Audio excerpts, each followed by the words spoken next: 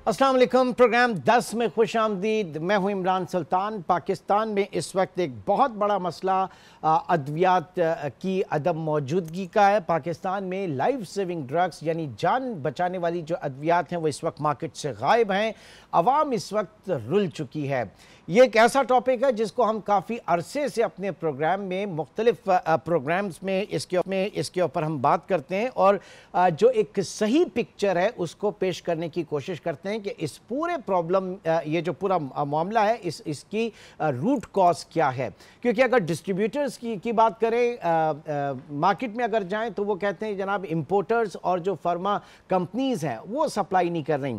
फिर दूसरा, अगर ड्रैप के जो ऑफिशियल्स हैं वो कहते हैं कि जनाब अद्वियात का मसला नहीं है, मार्केट में मौजूद है, लेकिन असल मसला जो है वो सप्लाई चेन की डिस्ट्रप्शन का है। फिर यहाँ ड्रैप का कहना है कि अगर आवाम को दवाएं नहीं मिल रही तो वो बराह रास्त कंपनियों से राब्ता करें। मतलब इस तरह के हालात में किस तरह से पाकिस्तान में हेल्थ केयर सिस्टम आगे चलेगा, ये एक बहुत बड़ा सवाल या निशान है। Khalid Misbah, chairman Pakistan pharma man association, इस वक्त हमारे साथ मौजूद हैं। बहुत शुक्रिया खालिद मिसबाह साहब। तवातुर के साथ आपके साथ ये जो है प्रोग्राम्स करते हैं और कोशिश एक यही है कि पॉलिसी मेकर्स को और बिलखुसूस आवाम को ये मसला समझ में आ जाए कि पाकिस्तान में मसला क्या है।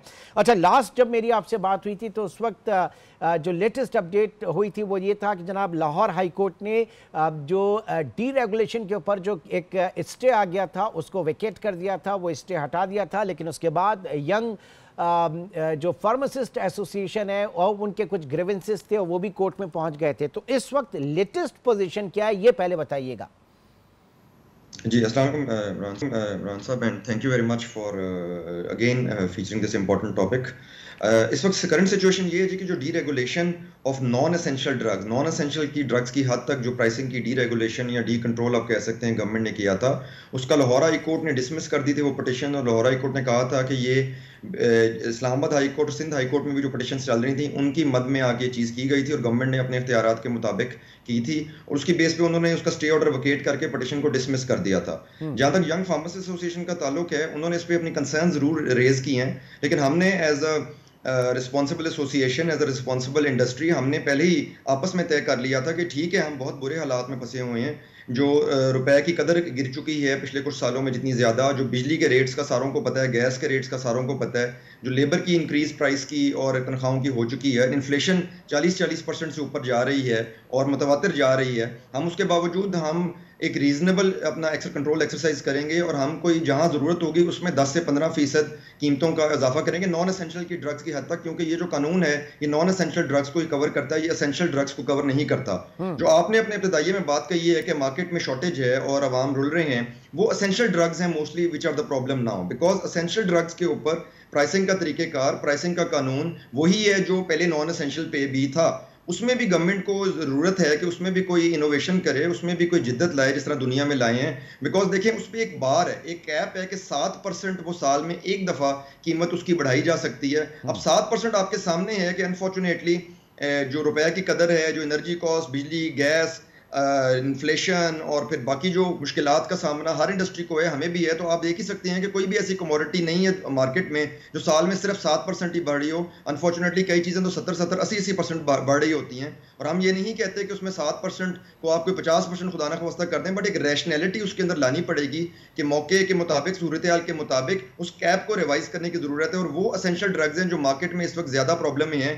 नॉन एसेंशियल ड्रग्स क्योंकि डी कंट्रोल हो चुकी हैं, उनकी आस्ता आस्ता ना सिर्फ अवेलेबिलिटी बेहतर होगी बल्कि उसमें क्वालिटी और कंपटीशन आने में कुछ अद्वियात की कीमतें कम भी होंगी उस सूरत हाल में। जी अच्छा जी, जो एसेंशियल ड्रग्स की आप बात कर रहे हैं, जो आपका ड्रग्स प्राइसिंग 2018 है उसमें इसको लिंक कर दिया गया है इन्फ्लेशन के साथ, और इन्फ्लेशन जो है आप as you said it's around 40% और फिलहाल उसमें कमी की कोई गुंजाइश भी नहीं है। तो उस डायनेमिक्स से अगर देखें तो कितना जस्टिफाई करता है? देखिए इमरान भाई, क्योंकि इट सेज द कानून जो है 2018 का है, वो कहता है 70% ऑफ सीपीआई जो एनुअल है ईयर ऑन ईयर, यानी साल के ऊपर साल, एक साल की जो एनुअल इन्फ्लेशन बनेगी एवरेज, उसका 70% दिया जाएगा और उस पर कैप लगा दी गई है 7% की।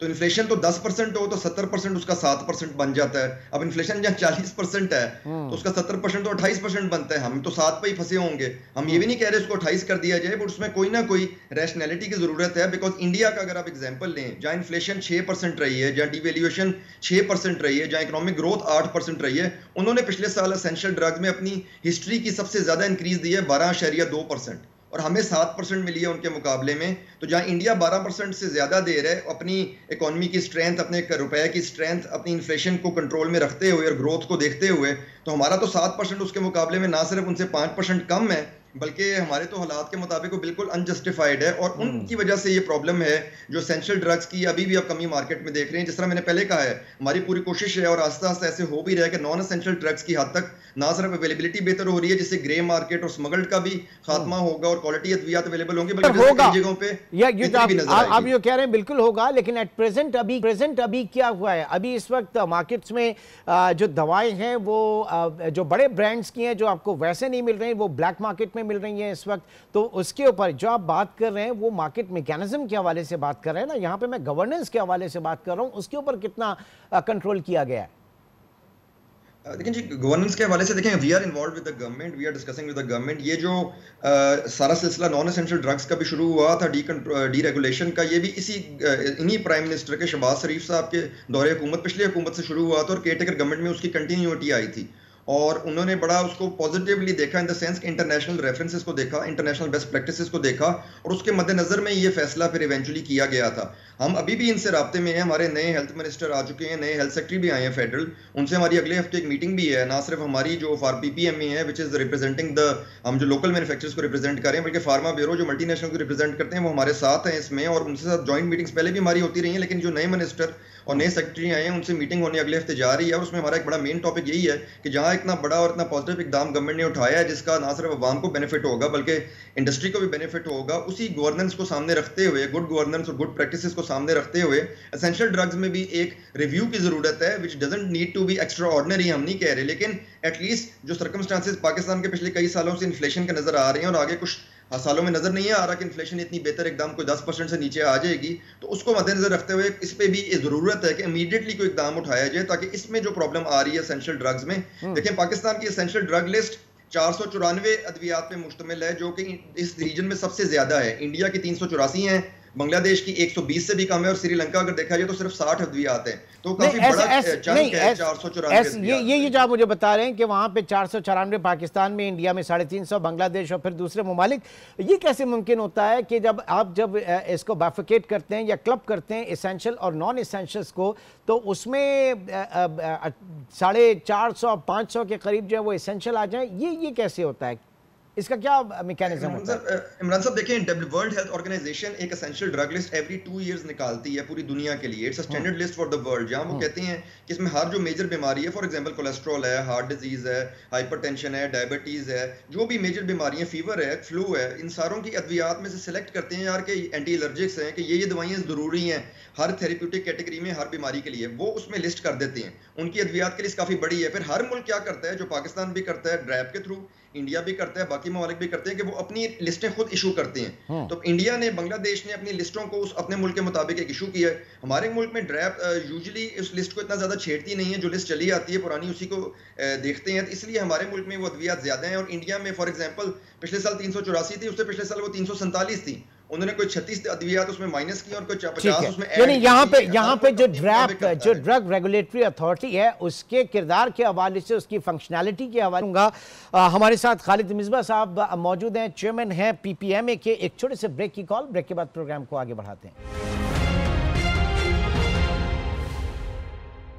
Welcome back. खालिद मिसबा साहब, आप बात कर रहे हैं इंडिया की, बांग्लादेश की, कि वो अपनी ड्रग रेगुलेटरी अथॉरिटीज़ के साथ मिलकर और एसेंशियल लिस्ट जो है उसको फॉर्म करते हैं, और वहाँ पे काफ़ी रिलीफ है। लेकिन पाकिस्तान में अगर हम पैमरा की बात करें, नैपरा की बात करें, हम ओगरा की बात करें, हम SACP की बात करें, और दीगर जो इस वक्त रेगुलेटरी अथॉरिटीज़ हैं उनकी बात करें, तो उन सबको देखते हुए ड्रैब जो है, जो ड्रग रेगुलेटरी अथॉरिटी है, क्या आपको लगता है कि वो उतनी आज़ाद है अपने फैसलों में या अपनी फंक्शनैलिटी में? देखिए अंडर द लॉ तो जी वो आज़ाद ज़रूर हैं। द एक्ट जो है ड्रैप एक्ट का वो उनको ये आज़ादी ज़रूर देता है, बट ऑब्वियसली जी ग्राउंड डायनामिक्स कई दफ़ा फ़र्क होती हैं। ड्रैप में एक प्रॉब्लम ये भी रही है ओवर द ईयर्स कि उनके 13 डायरेक्टरेट्स हैं जो अंडर द लॉ एग्जिस्ट करते हैं, और उनके पास उस ग्रेड के लोग मौजूद नहीं रहे। वो प्रमोशंस और वो चीज़ें कुछ स्टे ऑर्डर्स की वजह से और कुछ दूसरी वजूहत की वजह से जो सिलेक्शन बोर्ड्स बैठते हैं उनकी डिले आते रहे हैं, जिस वजह से वो 13 डायरेक्टर्स परमानेंट अपॉइंट ही नहीं हुए जब से ड्रैप बनी है एक्चुअली। उसका नुकसान ये होता है कि हर 3 महीने बाद टेम्पररी चार्ज दिया जाता है कुछ डायरेक्टर्स को, वो फिर वकेट होता है चार्ज, फिर दोबारा दिया जाता है, तो वो कंटिन्यूटी और तसलसल नहीं प्रैक्टिकली एग्जिस्ट करता, जिस वजह से अगर कानून में उनको इजाजत है भी तो उसको एक्सरसाइज करने के लिए लोग तो आपको चाहिए जो उसको एक्सरसाइज करें और उसको ड्यू डिलिजेंस के साथ और प्रॉपर रेफरेंसेस के साथ चीज़ को आगे लेके चलें। तो वो कंटिन्यूटी नहीं आती, जिसकी वजह से ऑब्वियसली फिर वो इदारा भी सफ़र करता है और इंडस्ट्री भी उसकी वजह से सफ़र करती है गोइंग फॉरवर्ड, जो कि दूसरे ममालिक में ऐसा नहीं हो रहा। वहाँ पर they are more well equipped as far as the government departments and the regulatory authorities are concerned. अच्छा, अब जरा बात कर लेंगे कुछ, क्योंकि मामला लिटिगेशन में भी जाते हैं। फिर अभी हाल ही में ड्रग कोर्ट के एक फैसला जो है वो पाकिस्तान के एक बड़े मारूफ इंटरनेशनल ब्रांड के ऊपर, कंपनी के ऊपर था। उसकी मैनेजमेंट जो है उसको उन्होंने आपके जेल में भी भेजा और साथ ही साथ हैवी फाइन जो है वो भी किया। इस मामले को किस तरह से देखा जा रहा है? आप जो फार्मा कंपनीज हैं वो किस तरह से देख रही हैं? देखिए जी, अभी बाय चांस प्राइम मिनिस्टर साहब शहबाज शरीफ साहब कराची थे जी, तो उन्होंने वहाँ कुछ बिजनेसमैन भी बुलाए हुए थे, उसमें फार्मा के भी कुछ लोग थे। तो वहाँ ये पॉइंट हमने हाईलाइट किया कि देखें पाकिस्तान का जो ड्रग एक्ट है, जो मेन कानून है, जो प्रेनेट एक्ट है ड्रग्स के लिए, वो 1976 का है और उसमें कभी भी कोई अपडेट नहीं किया गया उसको in line with international references. जिस तरह आप आके नॉन एसेंशियल ड्रग्स को फाइनली 30 साल बाद किया गया है, 30 साल पहले की पॉलिसी चली आ रही थी, प्राइसिंग पॉलिसी 2018 बनने के बावजूद नॉन एसेंशियल ड्रग्स को डीरेगुलेट नहीं किया गया था, जो 1993 में लास्ट डीरेगुलेटेड थी, वो किया गया है। तो वो एक अच्छी चीज़ है, दुनिया के मुताबिक अब चलें। हमारी ड्रग एक्ट की प्रॉब्लम भी यही है कि दुनिया के मुताबिक वो अपडेट नहीं हुआ हुआ। 1976 के मुताबिक वो बिल्कुल सही डॉक्यूमेंट था, लेकिन 48 साल से कानून में अब जिद्दत आ चुकी है, दुनिया में इसमें इनोवेशंस आ चुकी हुई, चेंजेस आ चुकी हुई। एक एग्जांपल के तौर पे मैं अगर बात करूं, जो आपने बात की कि ये कंपनी बड़ी मारूफ कंपनी है, बड़ी वेल रिप्यूटेड इंटरनेशनल फर्म है और उनके क्वालिटी का मेयार बहुत ऊंचा है और बड़ी ज़बरदस्त किस्म की उनकी इनोवेटिव दवाइयाँ दुनिया में आती हैं और आती रही हैं। अब उसमें FDA फॉर एग्जांपल जो food and drug administration of USA है, जिसको आप समझ लें अगर हम आम जुबान में करें तो उसको हम रेगुलेशन, फार्मा रेगुलेशन का माई बाप माना जाता है दुनिया में। तो उन्होंने वो क्या करते हैं ऐसी केस में जब आउट ऑफ स्पेसिफिकेशन दवाई आए, अब दुनिया में देखें सब स्टैंडर्ड का वर्ड खत्म हो चुका है, दुनिया में word out of specification use होता है। फॉर एग्जांपल अब हमारे ड्रग एक्ट में भी इवन देख लें तो जहाँ सब स्टैंडर्ड की डेफिनेशन दी हुई है, it says a drug which is not of the specification. और सब स्टैंडर्ड से लगता है जैसे खुदा ना ख्वास्ता वो दवाई कोई खराब हो गई है या गैर मियारी हो गई, खुदा ना ख्वास्ता कोई खाएगा तो उसको कोई सीरियस इंजरी हो जाएगी, ऐसी बात नहीं है। अब देखें कुछ पैरामीटर्स अद्वियात के होते हैं जो माइनर होते हैं, जो ऑक्सिलरी होते हैं। फॉर एग्जांपल डिसोल्यूशन के, एक दवाई ने कितनी देर में स्टमक में जाके डिसॉल्व होना है। फॉर एग्जांपल उसका पीएच लेवल एक सिरप का जो उसके टेस्ट पे इफेक्ट लाता है, वो उसमें दवाई की क्वालिटी या उसमें इंग्रेडिएंट जो है फार्मा इंग्रेडिएंट उसकी कमी है, उसकी क्वालिटी में कोई फर्क नहीं होता। FDA में क्या करते हैं अमेरिका में, जिसका मैं रेफरेंस दे रहा था, वो रूट कॉज एनालिसिस करती हैं कि प्रॉब्लम आई कहाँ है। क्या ये मैन्युफैक्चरिंग एरर था, क्या ये टेस्टिंग एरर था, टेस्टिंग सही नहीं की गई गवर्नमेंट लैब में या प्राइवेट लैब में, या ये डिस्ट्रीब्यूशन लेवल पे कोई टेम्परेचर का इशू था।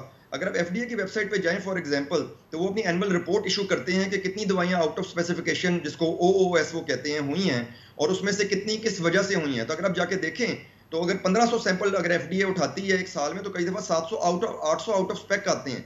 बट वो जो माइनर वेरिएशंस होती हैं जिनका जान पे कोई इफेक्ट नहीं होता, वो उनको छोड़ देते हैं। वो कहते हैं इसमें एनालिसिस करें कहां पर कमी बेशी हुई है, लेकिन क्योंकि these are not critical in nature, तो हम एक वार्निंग देते हैं, एक फाइन करते हैं और हम कंपनी को कहते हैं कि इसकी रूट को एनालिसिस करके हमें बताए ताकि आइंदा ये चीज दोबारा ना हो। यस, खुदा ना ख्वास्ता स्पूरियस अगर ड्रग हो जाए, स्पूरियस का मतलब है कि उसमें जो फार्मा इंग्रेडिएंट है वो अपनी मिकदार के मुताबिक नहीं है या एग्जिस्ट ही नहीं करता, उस केस में पूरी दुनिया सख्ती करती है। खुदा ना ख्वास्ता काउंटरफीट जाली अद्वियात हैं, उसमें पूरी दुनिया सख्ती करती है।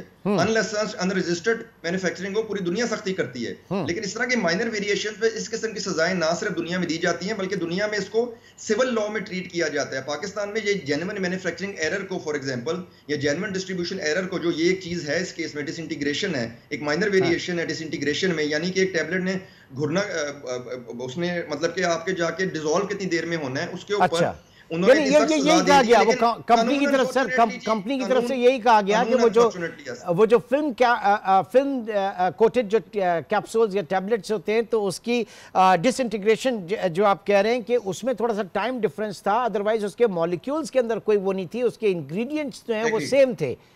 तो इसमें इस तरह की सजा जो है इसको बहुत सख्त माना गया, ये आप कह रहे हैं? ये जी दुनिया में जी एग्जैक्टली जी दुनिया में देखिए इस किस्म की जो जेन्युइन माइनर मैन्युफैक्चरिंग एरर्स होते हैं, जो वेरिएशंस होती हैं एक्सीपिएंट्स की बेस पे, या जिसमें दवाई की जो एक्चुअल इंग्रेडिएंट है फार्मा उसका कोई इशू नहीं है, वो बिल्कुल ठीक है, दवाई का खुदा ना ख्वास्ता नुकसान कोई नहीं है, तो उस केस में वो वार्निंग्स और इन्वेस्टिगेशंस करके उस रूट कॉज को एड्रेस करते हैं कि इसकी वजह कहाँ हुई थी ताकि आइंदा ना हो। उसमें खुदा ना ख्वास्ता इसमें क्रिमिनल इंटेंट किसी की नहीं होती। कोई कंपनी इतनी बड़ी, इतनी नामवर कंपनी, दुनिया की कंपनी, क्या जो पब्लिक लिमिटेड भी है, क्या वो चाहेगी कि खुदा ना ख्वास्ता उसमें क्रिमिनल एलिगेशंस लगे? अनफॉर्चुनेटली हमारा ड्रग एक्ट ये कहता है कि हर किस्म की वेरिएशन इन क्वालिटी, चाहे वो छोटी है, चाहे वो गैर जरूरी है, चाहे वो जरूरी है और जानलेवा हो, उस सारों में ड्रग कोर्ट में भेज दिया जाए और ड्रग कोर्ट में क्रिमिनल लिटिगेशन की जाए, चाहे वो क्रिमिनल इंटेंट की चीज हो या ना हो। अगेन क्यों है ऐसे कि ये 1976 का कानून है। 1976 में दुनिया फर्क तरीके से चल रही थी, अब दुनिया में methods of testing, methods of evaluation अब अगर सर, अब अगर आपके ड्रैप के लोग ये कहें कि जनाब लोग जो है अगर उनको मार्केट में दवाई नहीं मिल रही, वो कंपनियों से बराह रास्त जाके बात करें, ऐसा पॉसिबल है? और नहीं जी, ऐसा तो देखें पॉसिबल नहीं है। नंबर वन, कंपनीज के अपने देखें, खुदा ना ख्वास्ता कोई भी कंपनी, जो मैं पहले भी कई दफा बात कह चुका हूँ, जो खुदा ना ख्वास्ता कोई भी कंपनी क्यों चाहेगी कि उसका एक ब्रांड जो इतने सालों की मेहनत से लोगों को पता लग गया कि क्वालिटी की दवाई है और वो एकदम उसको बनाना बंद कर दे, वो कैसे चाहेगी? वो कभी भी ये नहीं चाहेगी। वो सिर्फ उसी सूरत में ये होगा कि खुदा ना ख्वास्ता उसमें उसको इतना फाइनेंशियल लॉस हो रहा है कि वो अब बना ही नहीं सकती उस दवाई को। अब नॉन एसेंशियल के केस में तो वो कंपनीज एडजस्टमेंट आहिस्ता आहिस्ता कर लेंगी कि एटलीस्ट वो कॉस्ट ब्रेक इवन तो करें ना, ताकि दवाई अवेलेबल शुरू हो जाए और पेशेंट्स को खवारी ना हो, खुदा ना ख्वास्ता। Patients should not suffer at the most first most. But essential drugs में हम अभी भी उसी सूरत हाल में खड़े हैं। आप देखें ना, अगर एक चीज बिक रही है, कोई भी चीज हो, मैं कहता हूँ एक गाड़ी है, मैं कहता हूँ एक बेवरेज है, मैं कहता हूँ एक कपड़े का ब्रांड है, वो कैसे बनाना बंद कर देगा अगर उसको उसमें प्रॉफिट हो रहा हो? कैसे? वो क्यों शॉर्ट करेगा? वो तो और ज्यादा बनाएगा ताकि और ज्यादा बिके वो चीज। ठीक है, यानी बात सिर्फ यहाँ पे ये है, एक जो अगर हम बेंच मार्क एक रखें किसी भी चीज़ के लिए, और यहाँ पे स्पेशली पाकिस्तान में ड्रग्स के हवाले से, पाकिस्तान में दवाओं के हवाले से, तो दवाओं की मौजूदगी उनका भी जो है वो अव्वलीन तरजीह होनी चाहिए, और उसके बाद सेकेंडरी लेवल पे देखते हैं कि जनाब वो कितनी महंगी हैं, कितनी सस्ती हैं, लेकिन दवाओं की मौजूदगी जो है वो अव्वलीन एक तरजीह होनी चाहिए। बहुत बहुत शुक्रिया Khalid Misbah, chairman Pakistan pharma manufacturers association, हमारे साथ मौजूद थे। एक छोटे से ब्रेक की कॉल, और ब्रेक के बाद जायजा लेंगे पाकिस्तान में सोने की कीमतों में जो हालिया गिरावट एकदम जबरदस्त किस्म की हुई है, क्या इसका सिलसिला जारी रहेगा या फिर यहीं से वापस आना शुरू हो जाएंगी। एक छोटे से ब्रेक के बाद दोबारा मिलेंगे। वेलकम बैक, और अब बात करेंगे बुलियन मार्केट की, जहां पाकिस्तान में गुज़श्ता हफ्ते हमने देखा कि सोने की कीमतों में एक बड़ी गिरावट देखी गई, और ऑल टाइम हाई 2,52,200 से जो आपका फ़ी तोला सोना है कम होकर 2,40,900 तक आया, और इंटरनेशनली भी अगर देखें तो तकरीबन $100 पर ऑन्स गोल्ड प्राइसेस में कमी हुई है, और इस वक्त इंटरनेशनल मार्केट में $2,336 पर ऑन्स के ऊपर ऑयल जो आपके गोल्ड जो है वो ट्रेड हो रहा है। क्या वजूहात हैं, और सबसे बड़ा सवाल ये है कि पाकिस्तान में सोने की कीमतें मज़ीद क्या उसका रुझान देखा जा रहा है, कितना नीचे जा सकती हैं या ऊपर आएंगी, इसके ऊपर हम बात करेंगे। कराची स्टूडियो में हमारे साथ बाबा गोल्ड इस वक्त मौजूद है। मैं बात कर रहा हूं हाजी हारून चांद साहब की, जो कि सदर हैं all Pakistan Sarafa James and jewellers association के। बहुत शुक्रिया सर आपके वक्त का। सबसे पहले तो ये एक आवाम का भी सवाल है, और कि ये जो प्राइसेस में एकदम से गिरावट आई थी वो क्या मामला था, किस वजह से हुआ था, और अब आगे क्या रुझान है? असल में पहले इसराइल की और फ़लस्तीन की जंग चल रही थी। उसके बाद अचानक ईरान पे, जो ईरान की एम्बेसियों को हमला किया, फिर ईरान ने भी हमला किया। उससे मशरिक़ के वस्ता में मुझे लग रहा था कि इंटरनेशनल लग रहा था कि आग लग जाएगी। उसके हिसाब से जो डॉलर फी आउंस एकदम बढ़ गया और लाव हो गया। अमेरिकन बैंक, स्टेट बैंक भी खरीद रही है, चाइना भी खरीद रहा है, ये बरतानिया भी खरीद रहा है। ठीक है, यानी जब ऐसी सूरत हाल होती है, कोई जंग का सा माहौल होता है, तो फिर वो सेफ हेवन की तरफ जाते हैं और गोल्ड के अंदर कन्वर्जन आ जाता है कि लोग अपने एसेट्स जो हैं वो गोल्ड के, और हुकूमतें ये काम करती हैं सबसे पहले। बिल्कुल। तो वो तलब बढ़ती है, डिमांड बढ़ती है, वो एक रीज़न था। ठीक है, खासतौर पे बैंकों ने तो किया, इसके बाद वो बैंक इंटरेस्ट रेट भी अमेरिका ने नहीं बढ़ाया, तो लोग ने अपना सरमाया गोल्ड की तरफ कन्वर्ट किया। दुनिया में हर आदमी गोल्ड की तरफ आ गया, वो सेफ है और उसकी प्राइसेस बढ़ रही है। ना इसको कीड़ा लगता है ना कुछ लगता है, ज़मीन में रख के तो कुछ नहीं होगा। मगर कुवत यहाँ पाकिस्तान में उल्टा अमल है। हमेशा ऐसी होता है, उल्टी गंगा बहती है हमारी। उल्टी। देखिए बैक टू पवेलियन, अभी सोना मेरे रेट से अभी भी दुबई से 2000 नीचे बिक रहा है। अच्छा जी हाँ, कि कुव्वत खरीदनी, परचेसिंग पावर नहीं है। लोग अपना सोना जो है वो लोकल सोना बेच के उसको टीटी बार प्योर करके फिर ARY KBC के पीस बनाते हैं। हाँ। ना दुबई से आता है ना कुछ आता है। हाँ। ये लोकल है, और लोकल बैक टू पवेलियन आस्ते आस्ते अफगानिस्तान के रास्ते, ईरान के रास्ते दुबई जा रहा है। अच्छा। तो हाँ बिल्कुल जा रहा है, क्योंकि इन्होंने ये दुबई से ऊपर होना चाहिए, पर डिमांड नहीं है, तो इसका मकसद है ओके यानी चूंकि पाकिस्तान में गोल्ड प्राइसेस कम हैं, तो आप ये कह रहे हैं कि गोल्ड खरीद के और फिर राउट हो रहा है, यहाँ से दुबई जा रहा है, तो इसके ऊपर कोई चेक एंड बैलेंस नहीं है, यहाँ से किस तरीके से जा रहा है? देखिए पिछले दिनों मुल्तान में 16.5 किलो माल पकड़ा गया, 2 औरतें आदमी थे। इसी तरह हर शहर में सेटिंग हो रही है, कब कोई किसी की सेटिंग खराब हो जाती है तो पकड़ा जाता है। ओके। वरना देखिए यहाँ से आपकी बात से मुझे ये लग रहा है कि जनाब ये राउटिंग मुसलसल जारी है, कोई एक आध किसी की मुखबरी हो गई, सेटिंग खराब हो गई तो वो पकड़ा गया। अब देखें ना, ईरान से तेल भी आ रहा है, सब चीज़ें आ रही हैं।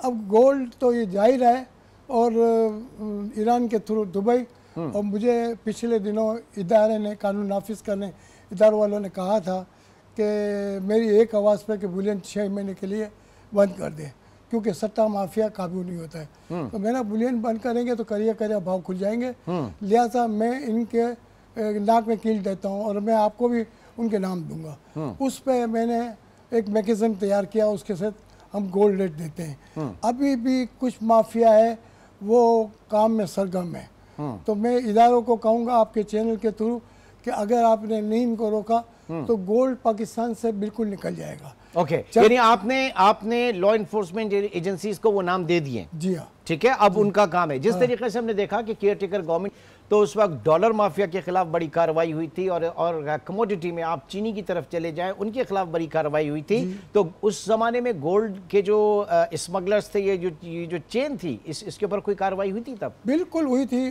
पहले डॉलर पे हुई, फिर गोल्ड पे हुई, और कुछ इदारों ने 6-7 दुकानदार पकड़े, नाम नहीं याद।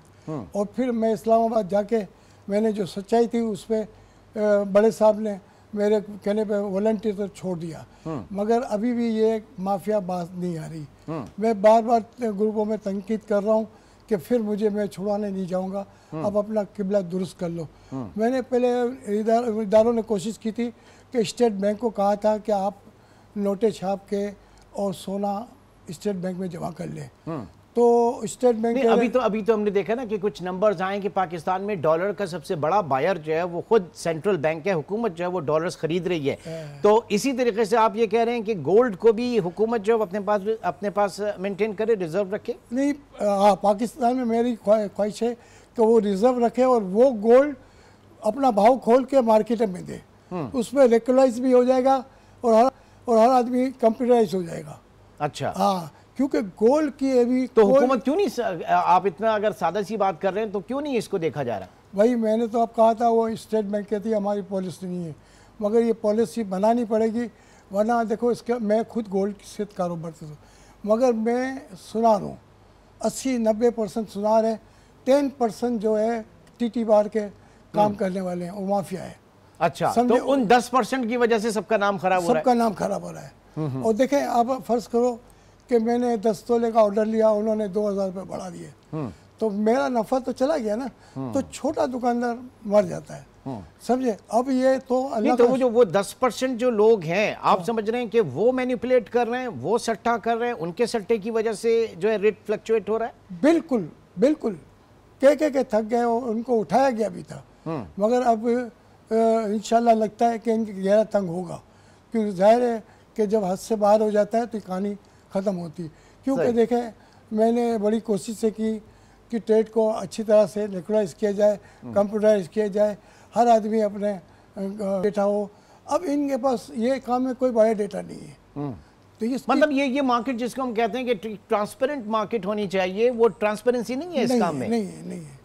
देखें ना, अब हर आदमी आप 100 तो 200 लाख तोला ले लेंगे ना, आपको रसीद की ज़रूरत है, ना पैसे दिखाने की, शो करने की ज़रूरत है, आप लेके रख सकते हो, हर आदमी लेगा। तो इससे मैकेनिज्म गंदा हो रहा है ना सर। सही। अच्छा, अब ये रुपए की कदर में जो इस्तेहकाम आया, वरना होता ये था कि जनाब दो चीज़ों के पीछे लोग भागते थे, एक तो डॉलर के पीछे भागते थे और फिर गोल्ड की तरफ। उसमें कितनी कमी आई है, जो डॉलराइजेशन जिसे आप कहते हैं या फिर गोल्ड की तरफ जाने का रुझान, उसमें कितनी कमी आई? देखो, इसमें तकरीबन 90% कमी क्या आई कि वो एकदम सट्टा माफिया 10-10 हज़ार 20-20 हज़ार रुपये दिन में अप डाउन कर रहा था, वो बंद हो गया है। अब वो गोल्ड से नीचे का भाव रखते हैं ताकि वो बैक टू पवेलियन जा सके। जब दुबई से किसी ने कहा कि हमने एक्सपोर्ट इतना टन हुआ है, तो मैंने बोला जब 100 रुपये मार्केट में उधर भाव है तो 80-90 रुपये का कौन खरीदेगा? वो तो एक्सपोर्ट के अगेन गोल्ड आया, वो बेचने का नहीं होता है, फिर एक्सपोर्ट करते हैं। तो उसमें भी अब गवर्नर ने बंदिश कर दी है कि आने वाले सोना अगर लाओगे तो उस पर टैक्स लगेगा, वरना डॉलर डालोगे तो कोई टैक्स नहीं लगेगा। तो ये काम भी अब रुक गया है। तो अभी जो ये बातें हो रही थी जनाब, इंपोर्ट भी हो रही है ठीक ठाक इस वक्त, इसमें कहाँ तक सदाकत है? इंपोर्ट कैसे होगी? आप एक चीज़ मोबाइल 10,000 का लेके आओगे और 9,000 का बेचोगे तो कौन इंपोर्ट करेगा? बैक टू पवेलियन एक्सपोर्ट ही हो रहा है और अनऑफिशियली हो रहा है, अनऑफिशियल हो रहा है, लीगल नहीं हो रहा है। तो देखें, एक बार बताऊं कि हमारे मुल्क में एक हमारा बॉन्ड है सोना। अब सोना ही मुल्क से चला जाएगा तो हमारी इकोनॉमी तो खत्म होगी ना। स्टेट बैंक भी नोट छापती है तो सोने के ऊपर छापती है। तो मैं तो चाहता हूँ कि इसको रिकॉग्नाइज किया जाए, उस पर तवज्जो हुकूमत को दी जाए। ठीक है। अभी रुझान क्या लग रहा है सर आपको? हाजी साहब, मुझे तो अब अनसर्टेनिटी मार्केट है। अमेरिका बैंक भी ले रहा है, बर्तानिया भी ले रहा है, चाइना भी ले रहा है, और दूसरे जितने इन्वेस्टर लोग हैं वो गोल्ड में इन्वेस्टमेंट कर रहे हैं। तो अभी इस वक्त अप डाउन बहुत है, अप डाउन बहुत है। लेकिन एज यू सेड कि जनाब वहाँ पर अगर बढ़ता है, वहाँ पे प्राइसेस बढ़ती हैं तो हमारी उल्टी गंगा बहती है। तो यहाँ पे तो फिर और कम होना चाहिए। देखें ना, यहाँ कुवत खरीद ही नहीं है, क्योंकि इलेक्ट्रिसिटी के बिल के, अपने गैस के बिल, लोग अपना सोना, शादियों का भी तो सीजन है ना, या वो अब लोग अभी नहीं करते, पहले से कर लेते हैं? देखें, शादी में अब लोग, जो बड़े लोग हैं वो डायमंड के सेट लेते हैं और वो अपने बच्चों को इमिटेशन ज्वेलरी चांदी के पहना के, क्योंकि आजकल स्त्री किराए में हर जगह है। सही। और गोला लोग अपने सोना प्योर देते हैं कि इन्वेस्टमेंट में काम आ रहा है। ठीक है, वो गिन्नी वगैरह की शक्ल में जो है वो इन्वेस्टमेंट पर्पस के लिए दिया जा रहा है कि बच्ची को वक्त पे जरूरत पड़े तो इसके बेनिफिट तोड़वा ले उसको। तो इसमें तोड़वाने की जरूरत ही नहीं है, बेच दे। हाँ, ठीक है, वही मेरा कहने का मकसद था। तो दूसरा ये कि जो इस वक्त आम आवाम है पाकिस्तान की, वो रुझान आप समझ रहे हैं कि इमिटेशन के ऊपर ज्यादा चला गया? देखो, स्टीम क्राइम इतना है कि कोई गली, कोई मोहल्ला, कोई जगह ऐसी ये नहीं है कि जो बचे। यानी डाकू यहाँ तक कि वो ज्वेलरी लेते हैं, मुंह में डालते हैं, अगर मुंह में डालने के बाद उसको लगता है कि ये, क्योंकि सोने का टेस्ट अलग है, इमिटेशन, वो फिर वापस चलते हैं, उस औरत को थप्पड़ मारते हैं। अच्छा, तूने सोने का क्यों नहीं पहना है? इस तरह के वाक़यात भी हो रहे हैं। इस तरह के वाक़यात हुए, आप सोच भी नहीं सकते। चलिए जी, बहुत बहुत शुक्रिया। हाजी हारून चांद साहब इस वक्त हमारे साथ मौजूद थे और उनका कहना है कि पाकिस्तान में इस वक्त भी एक कार्टेल है जो कि मुलव्विस है। पाकिस्तान से जो गोल्ड है वो बाहर भेजा जा रहा है और एक्सपोर्ट, और वो भी इलीगल मींस के थ्रू किया जा रहा है, गैर कानूनी रास्तों के हवाले से किया जा रहा है, क्योंकि दुबई में गोल्ड महंगा है, पाकिस्तान में सस्ता है, और सस्ती चीज़ यहाँ से एक्सपोर्ट हो रही है इलीगल चैनल से। राइट, ठीक है जी, बहुत शुक्रिया आपका एक बार फिर। नाज़रीन, आज के प्रोग्राम से अब तक इतना ही। इंशाल्लाह आपसे फिर मुलाकात होगी। अपना बहुत ख्याल रखिएगा। अल्लाह।